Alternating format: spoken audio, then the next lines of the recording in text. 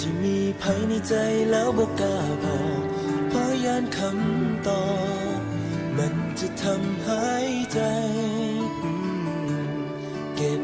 ไว้ในใจจนนานอยากให้เจ้ารู้ว่าเคยนั้นมีหาให้เจ้าคนเดียวจะต้องทำอย่างไรไผกับไผก็บอกให้เฮาบอกไปบอกฮักเท่านั้นมันจะยากบ่ใดหากเจ้ามีใจก็คงจะดีแต่ถ้าเจ้าว่าสนใจและคอยจะทำอย่างใดดีอยากให้รู้แต่บอกกล้าบอกอยากจะบอกไปแต่บอกออกเพราะยานคำตอบจะบ่ตรงกับสิ่งที่ต้องการฟังเลยต้องเก็บไว้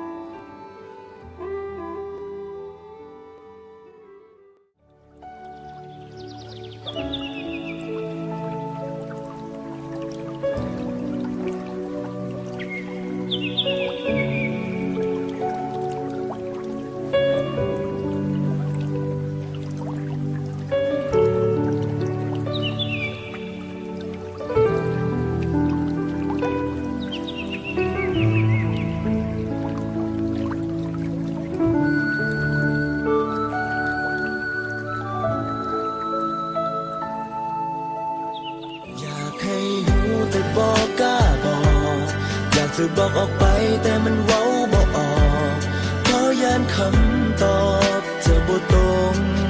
กับสิ่งที่ต้องการฟังเลยต้องเก็บไว้ในใจแบบนี้ความอึดอัดใจมันเพิ่มขึ้นทุกทีบอกฮักนั้นมันบ่ง่ายอย่างที่ไผเขาคิดกันอยากให้หูแต่บอกกล้าบอกอยากจะบอกออกไปแต่มันเว้าบ่ออกเพราะยานคำตอบจะบ่ตรง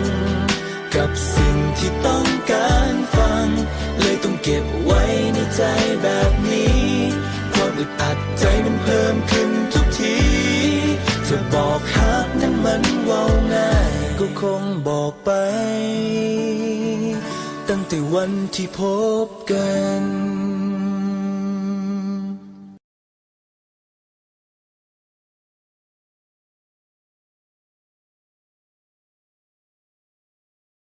อยากให้หูแต่บอกกล้าบอกอยากจะบอกออกไปแต่มันเว้าบ่ออกเพราะยานคำตอบจะบ่ตรง